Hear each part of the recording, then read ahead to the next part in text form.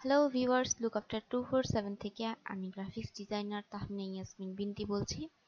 আজ আমি আপনাদের ফটোশপে কিভাবে প্যাটার্ন তৈরি করতে হয় সেটা দেখাবো। প্রথমে আমরা বুঝি প্যাটার্নটা কি।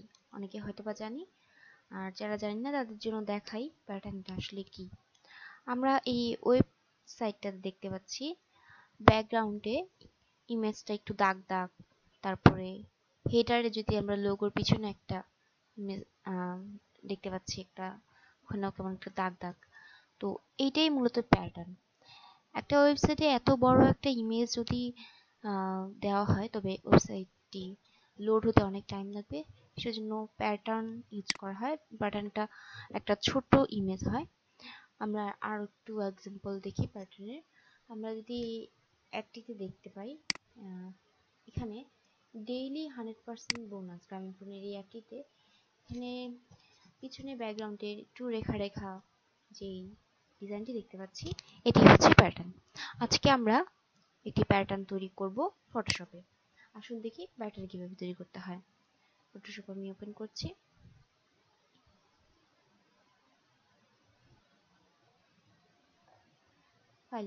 প্রথমে ফাইল থেকে নিউ, আমরা ওয়াইড 8 পিক্সেল এবং হাইট 8 পিক্সেল দিচ্ছি। 8x8 এর resolution 72, 8 bit, white background content white. Okay, এখন আপনারা হয়তো দেখতে পাচ্ছেন খুব ছোট করে দেখা যাচ্ছে। আমি এটাকে অল্টার চেপে মাউস রুলার ঘুরিয়ে বড় করে নিলাম, সর্বোচ্চ জুমে আনলাম। এখন আমি ব্যাকগ্রাউন্ডে ডাবল ক্লিক করলাম। ওকে, একটা নিউ লেয়ার নিলাম এবং ব্যাকগ্রাউন্ডটি ডিলিট ফেলে দিলাম। এখন আমি যেটি করব, এই শেপ নিব। শেপ নিয়ে স্কয়ার শিফট চেপে একটা স্কয়ার শেপ ক্রিয়েট করব। মুভ করে শেপটি এখানে নিয়ে আসলাম। শেপটির আমি কালার দিব একটু হালকা অ্যাশ, সরি, কালারটি ফিল কালার থেকে দিতে হবে। একটু হালকা অ্যাশ দিলাম কালারটি। দেন আমি মাউসের মুভ টুল সিলেক্ট করে শেপটির উপর, শেপটি সিলেক্ট থাকা অবস্থায় কিবোর্ড থেকে অল্টার চেপে ড্র্যাগ করে শেপটির কপি নিচ্ছি এবং বারবার ড্র্যাগ করে কপি নিচ্ছি এবং কোনাকুনিভাবে সবগুলো শেপ বসাচ্ছি।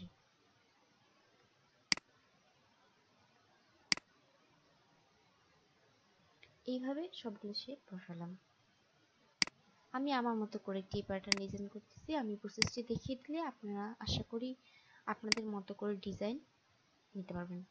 এখন আমি একটি নিউ লেয়ার নিলাম, লেয়ার নিয়ে লেয়ারটিকে সবার নিচে রাখলাম।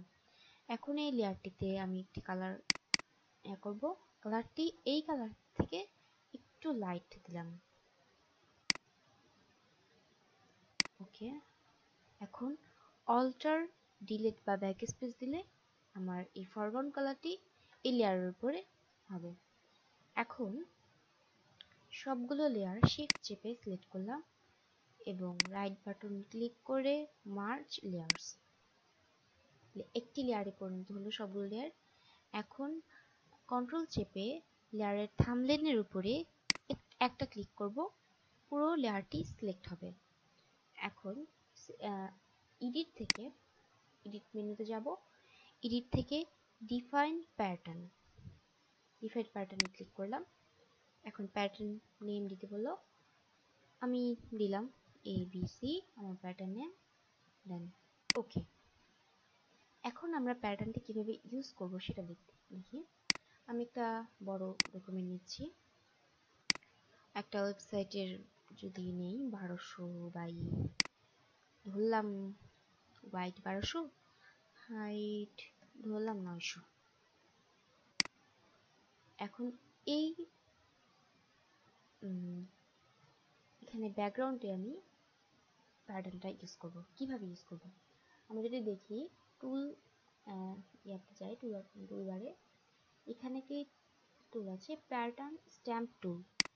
টুলটা যদি না পান, ক্রোম স্ট্যাম্প টুলের নিচেই প্যাটার্ন স্ট্যাম্প টুল এটি সিলেক্ট থাকা অবস্থায় আমরা অপশন বারে যদি খেয়াল করি, এখানে আমার কিছু প্যাটার্ন করা ছিল আর ডিফল্ট অবস্থায় 4-5টা থাকবে। এখানে আমরা দেখি আমাদের নতুন প্যাটার্নটা, এই যে প্যাটার্নটা আমাদের নতুন last ABC 8x8 pixel RGB মোডের একটি প্যাটার্ন আমরা তৈরি করেছিলাম। এই প্যাটার্নটা এখানে আমি দেখতে পাচ্ছি। এখানে আমি প্যাটার্নটি সিলেক্ট করলাম এবং আমার ব্যাকগ্রাউন্ডে এখানে এসে আমি ব্রাশের মতো গোল দেখতে পাচ্ছি। আমি কিবোর্ডের সেকেন্ড ব্র্যাকেট বা থার্ড ব্র্যাকেটের লাস্ট এন্ডটা দিয়ে আমি এটাকে বড় করে নিলাম এবং ব্রাশ করছি। পুরো ব্যাকগ্রাউন্ডে আমি ব্রাশ করলাম।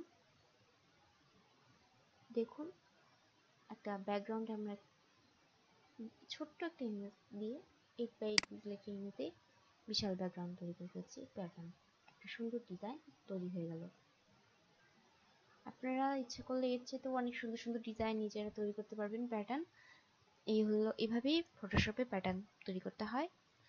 আমি এটাকে সেভ করছি, সেভ অ্যাজ ডেস্কটপ জেপিজি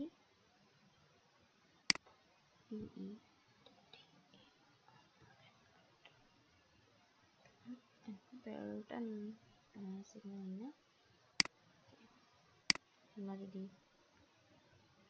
এভাবেই ফটোশপে প্যাটার্ন তৈরি করতে হয়। আশা করি আপনারা সবাই এখন থেকে শুদ্ধ শুদ্ধ প্যাটার্ন তৈরি করতে পারবেন। ধন্যবাদ সবাইকে।